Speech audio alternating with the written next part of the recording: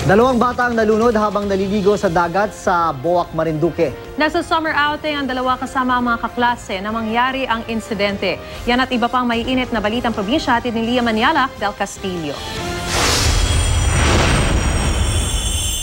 Namin, doon sa tinigilan mo po. Nauwi sa trahedya ang masaya sanang summer outing ng magkakaklase sa Boac, Marinduque kahapon. Dalawang estudyante kasi ng Marinduque National High School ang nalunod nang maligo sa dagat. Ayon sa mga saksi, nakarinig sila ng sigawan sa tabing dagat at nakitang nalulunod ang 12 estudyante. Nailigtas ang 10 kabataan pero hindi na nasaklolo ang 15 taong gulang na sina Jillian Landicho at Charles Hanson Andaya.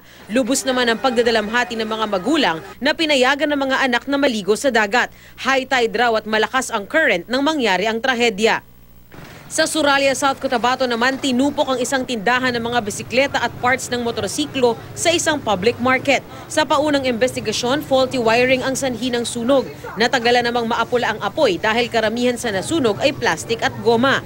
Aabot sa 5.1 million pesos ang halaga ng pinsala. Wala namang nasaktan sa insidente. Sa Suralia, South Cotabato pa rin nasunog ang bahaging ito ng isang bundok. Mabilis na kumalat ang apoy dahil sa mainit na panahon na sinabayan pa ng malakas na hangin. Nadamay rin ang ilang kalapit na sakahan. Tinatayang nasa 10 ektaryang lupain ang napinsala bago naapula ang sunog.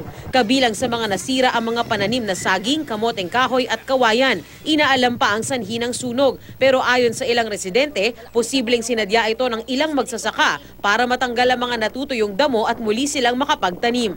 Nahulog naman sa isang palaisdaan sa Lopez Haina, Misamis Occidental ang isang truck na may kargang buhangin matapos nitong mawala ng preno. Kritikal ang driver ng truck at sugatan naman ang 2 pahinante nito. Naging pahirapan ang pagsagip sa mga biktima. Agad naman silang isinugod sa Misamis Occidental Provincial Hospital. Sinagot naman ng construction company na pinagtatrabahuhan ng 3 ang pagpapagamot. Sa Burgos, Ilocos Norte naman, patay ang magtiyuhin matapos malason umano sa kinaing ampo. Ang ampo ay isang isdang parang lapu-lapu na kumakain ng nakakalasong maliliit na alimango. Ayon sa mga kaanak ng mga biktima, pinulutan daw nila ang inihaw na ampo. Matapos ng ilang oras ay bigla na lang nakaranas ng pagkahilo at pagdudumi ang mga biktima. Agad naman silang isinugod sa ospital pero kinalaunan ay binawian din ng buhay. Kasalukuyan namang ginagamot ang isa pang kumain ng naturang isda. Lia Maniala del Castillo, GMA News.